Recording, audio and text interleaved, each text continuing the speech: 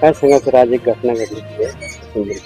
छत्रपती संभाजीनगर येथील पोस्टे छावणी हद्दीत लिटल फ्लॉवर शाळेमध्ये सकाळी 11:30 वाजेच्या सुमारास एक विद्यार्थी तो 2023 या वर्षी शाळेतून नापास झाल्याने तो शाळेत येत नव्हता आणि त्यामुळे त्याचं ॲडमिशन हे कंटिन्यू करण्यात आलेलं नव्हतं. तो अचानक आज सकाळी आला व तो शाळेत त्यांनी प्रिन्सिपलांना म्हटलं की मला TC पाहिजे आहे. तर प्रिन्सिपल मॅडम यांनी सांगितलं की TC घेण्यासाठी एक अर्ज करा. अर्ज दाखल केल्यानंतर आम्ही तुम्हाला TC देतो. परंतु त्याचं म्हणणं होतं की मी अर्ज करणार नाही, मला डायरेक्ट TC द्या.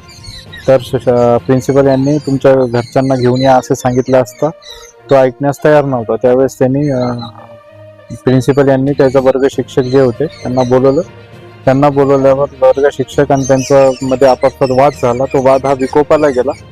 त्यामुळेच विद्यार्थ्याने जो माजी विद्यार्थी होता 2023 नंतर त्यांनी शाळेत ॲडमिशन घेतलं नव्हतं त्या विद्यार्थ्याने चाकू काढला व तो शिक्षकांच्या पोटात मारला.